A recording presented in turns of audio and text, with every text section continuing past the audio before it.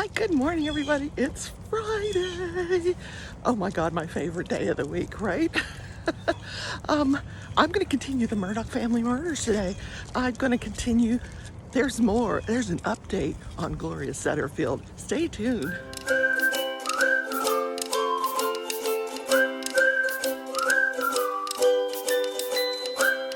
Good morning, everybody. Crafting Journey here. That Journey Chick over on Instagram and on my other channel, The Leftovers, which I will be adding a video this weekend when I do some more yard sailing. They're starting on Thursdays and Fridays now. I don't know why that is, but I might stop by one that's down the street on the way to work today. We'll see. I haven't been real diligent about getting to work on time. It just doesn't seem to mean that much. And yeah, anyway, hit the like button. he's actually, sometimes I'll just have him sit in my chair at work so that they think that I'm there. Yeah. He's doing a pretty good job of it. So hit the like button. Please consider subscribing if you enjoy the content, no matter when you watch it or when you're catching up on it. Please consider subscribing. If you're already subscribed, consider becoming a member of the channel. Your donation would go to support the content of the channel. And most importantly, the notification bell, because you don't want to miss a single episode of Crafting and Crime Daily, especially today, because we're going to continue the Murdaugh family murders, and I'm going to continue to talk about what happened in the case of Gloria Satterfield, the housekeeper. Yeah, the Murdaugh family housekeeper. I am so glad it's Friday. I guess that means we have to all get out of our chairs for the Friday dance. Ready? Ooh, ooh. We're going to hula dance today. Hula dance. Okay. That's all you got. Friday dance. I am so happy it's Friday. It has been a long week. You know, you guys know I ditched Craft With Me Wednesday because of my mood. It's just been that kind of week. Fridays are not so bad because it's just me and one other girl. And, you know, it's okay. So I am... This poor painting is going so slow. So I'm almost done with this new section that I opened the other day. Let me move the mic around very carefully. I'm going to turn the volume up because some of you say you can't hear me. Finished this section. The little chicken. He's got some ABs in his plumage, you know, on top of his head. And the eggs have ABs in the basket. Oh my God, is that not the cutest thing? Should I turn it around for you? Let me turn it around for you. Hold, please.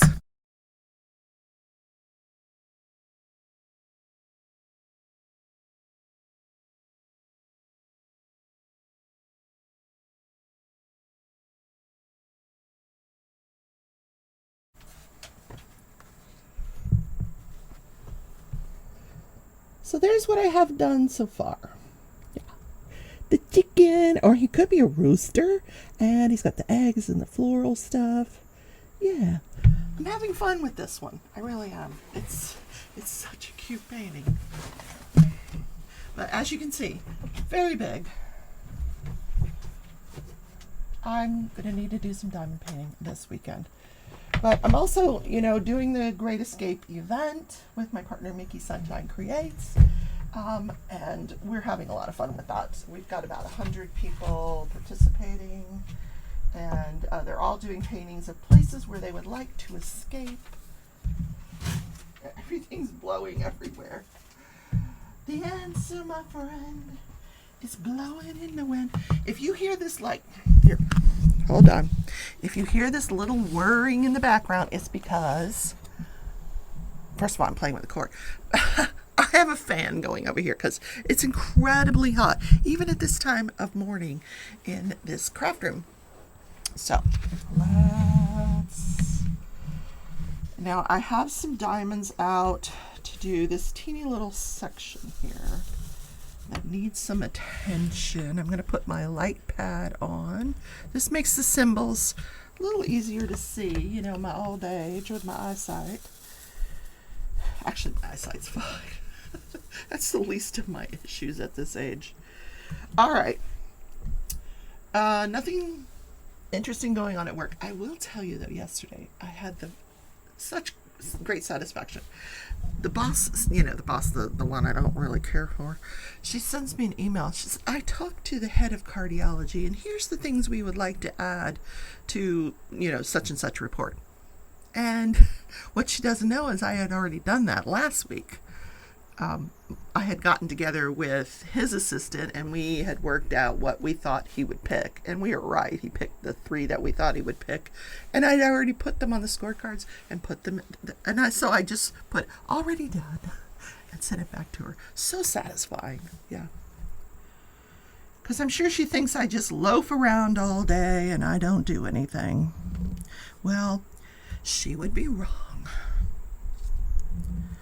Because, they are still paying me. So. And the other satisfaction I have is that they are not asking me to train anybody to do what it is I do. So I don't know who they think is going to do it or going to even understand it when I'm gone. But that's okay. They did that to the lady that left last week. She had this very unique job where she would pay doctors, if they would come in on call. And it's, it would require training someone else to do what she does. Nope, she gave 2 weeks notice. They just let her work out the 2 weeks. Didn't train anybody else to do it. I'm like, what is going on with this company? Yeah, that made no sense. So, oh well. Their problem, right? Not mine. So I am excited to do garage sales this weekend. I have been studying on, what to be on the lookout for as far as brands and prices. So, I'm doing my homework. And I think I'm going to do a little bit better with the filming this week. And last night, I am looking all over for my iPad because the game that I like to play is on my iPad. So I dive and painted till maybe 8 o'clock or so. I was talking with Mickey and we were working out, because I'm also planning this craftathon. And, she and I were talking about some logistics for that. And just chit-chatting. And I hang up, I go to lay down and play my game, and I can't find my iPad anywhere. I'm like, did I leave that thing at work? I never leave my iPad at work. I couldn't find it. Not in the car, not in my purse. My purse is where it should be. Usually my routine is I will take it out of my purse when I get home and I will charge it. But not on the charger. So I thought, how am I going to do my show? I recorded on the iPad. Well, I remembered I have the old iPad. It wasn't charged, so I charged it up overnight, and that is what I am filming on, the old iPad. I don't know if the quality is the same. You guys can let me know. It may not be. Anyhow, I just hope and pray that nobody... our office is locked at night, and the housekeepers do not come in there until Friday.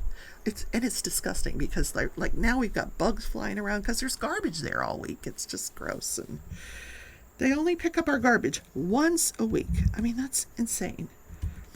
Oh, okay. Well, I've said my piece about that. Today is National Vinyl Record Day. Yeah. They are still being produced, not mass produced, but you can still buy a vinyl record. Go visit your vinyl record store today, or if you're yard selling and you happen to get a cheap vinyl record, you might want to pick it up because they're worth it. They still make record players. I remember my father had a set of not vinyl records, glass records. They were,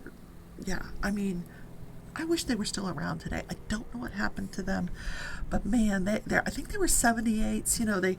They all had different rotations per minute, speeds attached to them, 45, 78. And that's what it meant, rotations per minute. I think they were 78s, if I'm not mistaken, and they were all like Patsy Cline, and that's what my dad liked. But I remember having records in high school. I think one of my favorites, and I played it over and over and over again, was Eric Clapton's Slow Hand. That album was amazing to me. I just loved it. I played it over. Steve Miller. I had Steve Miller. Who else did I have? Aerosmith. I'm trying to think. I just know that Eric Clapton was my favorite. Still is. I love Eric Clapton. Just love it. Love him. Yeah. And he doesn't perform anymore, but yeah. I think that's all of that color. Okay, what happened in the Gloria Satterfield case? Okay, I'm going to just bring you up to speed, just in case you didn't tune in yesterday. But Gloria Satterfield, it was the housekeeper of the Murdaugh family, Alex, Maggie, Paul, and Buster, for 25 years. She helped raise Paul and Buster. Paul loved this woman, Gloria Satterfield. He called her Go-Go. So, February 2nd, 2018, she takes a tumble down 8 brick steps and hits her head. So now I went to do some further research because some things just weren't adding up to me after yesterday's show. I'm like, this is just, it just wasn't adding up. So I found the 911 call that was made the day she fell by Maggie Murdaugh. And she's very not really emotional. She just says, my housekeeper, she fell down the steps, the exterior steps, and they're saying, is she conscious? Is she okay? Well, sort of. She's mumbling. And then, and they're asking her questions, and she's like, oh dear, she just fell again. I gotta go. So she hands the phone to her son, Paul, and I guess she goes out to where, and the woman's like, do you have a cell phone? Can you take me with you? Don't hang up. So Paul gets on the phone and he explains that, yeah, she's semi-conscious, but she's mumbling. And the dispatcher says, well, did she just fall down again? And he's like, no, I was kind of holding her up, and then she kind of collapsed back down to the floor. And they're like, how bad is she bleeding? And he's like, pretty bad. Where is she bleeding? I don't know, on her head. Like, just really no emotion whatsoever. So they send someone out to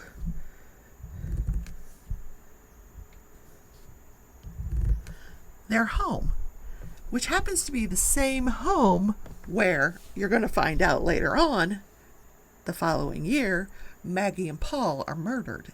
Same home.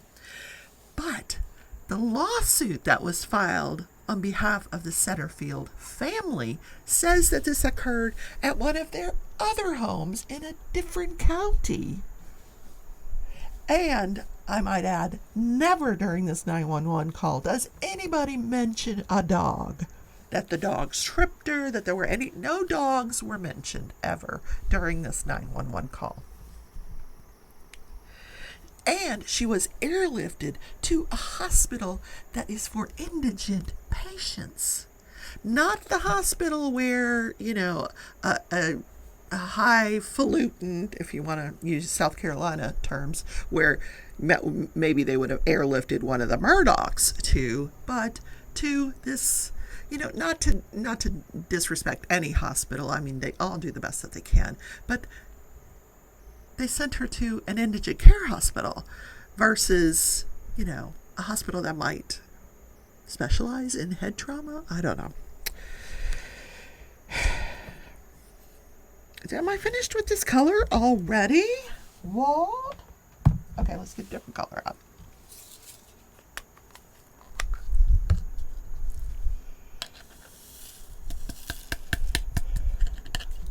So let's fast forward now to October 14th, 2020. There is a bond hearing. Now, This whole thing is incredible. Now, the murders have already happened. I haven't even talked about the murder of Maggie and Paul yet. But now we're past the boat accident. We're past the murder of Maggie and Paul. And Alec Murdaugh was arrested. I don't know if I mentioned this yesterday. Alec Murdaugh was arrested in Florida, in Orlando, Florida. He checks himself into a drug rehab in Georgia, where they detox him. Then they send him to a rehab in Florida, where he spends 6 weeks. When he comes out of the rehab, he is arrested for the conspiracy that he committed in the Gloria Satterfield case. So now he's in front of a judge to set bond on this. So the attorney for the Satterfield family, he gets up and he tells the whole tale about how they were approached at the funeral by Alec, how he took them to Corey Fleming, his best friend, college buddy, to represent them in a negligence suit against Alex for the dogs tripping her and causing her to fall on the steps, hit her head, and pass away. He says, "Sue me." Corey Fleming files a suit against Alec, who's the defendant. Now, Alec's homeowner's insurance is going to cover this. That's where the money's going to come from. But at the last minute, Corey Fleming replaces Gloria Satterfield's son, the personal representative, with a banker. Then the check, the settlement check, the $4.3 million settlement check, which is the other thing I didn't understand, because I have actually seen the settlement in this case, and it says $495,000 or $500,000. I thought it said $495,000, but things were not adding up to me. But here's why: because that part of the settlement was with the original homeowners insurance company. But what a lot of these rich people do is they carry what are called umbrella policies, so that if the first policy doesn't cover everything in the suit, the umbrella policy will pick up. Some of them have multiple umbrella policies. Hospitals have one policy, then they have, I worked for one hospital that had, I'm going to guess, at least 30 umbrella policies. Yeah. So they had so much insurance, it was ridiculous. So Alec had an umbrella policy. So that's where the other $3.8 million came from. The umbrella policy. So the entire settlement was $4.3 million. You guys can do the math. I'm terrible at math. $4.3 million was the total of the settlement. But Tony and his brother Brian never saw a dime of this. It was supposed to go to the personal representative of the estate. The banker didn't go to the banker. Alec arranged to have it put into an annuity. He says, I'm going to buy them an annuity, which will pay Tony and Brian over their lifetime, small, monthly payments over their lifetime. It'll take care of them, which is a really smart thing to do. So there's a company called Forge that does these annuities. So he goes over, he tells Corey, make the check out to Forge, mail it to the P.O. box that I give you. He gives them the P.O. box. The insurance company mails the check in the name of Forge to Corey Fleming. Corey Fleming sends it to the P.O. box. Alex takes the check, goes across the street, opens an account, puts the name Forge on the account, deposits the check, and then starts withdrawing money. Now, here's what was told to the judge. Now, they were told that whole story, but it was explained to the judge during the bond hearing that he used part of the money to pay off his $100,000 credit card debt. He made two $600,000 plus payments to himself, Alec Murdaugh, and then he made a check out for $300,000 to his father. And he had hired two of the most expensive defense attorneys in South Carolina. Now, I don't know how he was paying them. So one of the arguments was, Judge, if you allow this guy to bond out, he's going to use more of the money that he stole from my clients to pay his bond. This is all the money he's got left. So the other thing that was said at this bond hearing is the prosecutor, who doesn't have a dog in this fight, this is a civil matter, but the prosecutor is there, and he tells the judge, listen, I am not only investigating him for the conspiracy that he committed here against the Gloria Satterfield estate, but we are investigating him for other conspiracy crimes within his law firm. We're also investigating him for the murders of his wife and child. We're investigating him for the death of Stephen Smith. We're investigating him for, the list went on. I haven't even scratched the surface of everything this man's been investigated for. I will get to that in later episodes. So the judge says, well, what do you think a good bond would be? Because they were asking the judge to make it very, very high. And he goes, 10 million, 20 million, 30 million. And so the attorney representing the family says, well, I think it should be 4.3 million, the amount that he stole from the family. At least then we'd get it all back somehow. So the judge says, you know what? I'm going to take everything you've told me under advisement. And then he comes back later on and he rules no bond. None. Zero. He says, I have determined. Here's what he did in the meantime. He orders a psych evaluation. So based on the psychiatric evaluation, based on everything I was told that he's being investigated for, based on the fact, the facts that were alleged today, I think this guy is a danger to not only to himself, but to other people, and that he could flee. And I am going to say no bond. So he had to sit in jail with no bond after this. And there's more to the story, because tomorrow we're going to talk about the murder of Maggie Murdaugh and Paul Murdaugh. This gets more and more interesting because there's more after that. Yeah. And just as an aside, Corey Fleming had his law license suspended. Now, I don't know if he ultimately lost the law license. I'm still doing research into there's so much, guys, so much to look at with this family. So if I come across any updates on the Gloria Satterfield matter, I will update you. What color should I do now? There's these little plus signs here. There's little drills everywhere. Plus sign. Plus. Oh, 739.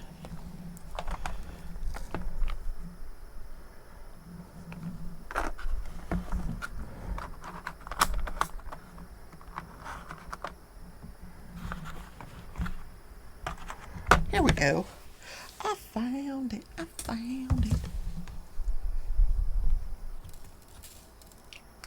I know, I'm a goofball.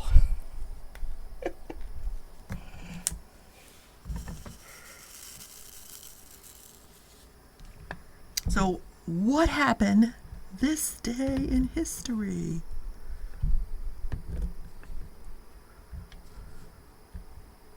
So, on this day in history, Susan Hendrickson sees 3 bones sticking out the side of a cliff in Faith, South Dakota. This turns out to be a giant 65 million year old Tyrannosaurus Rex that they fondly name Sue.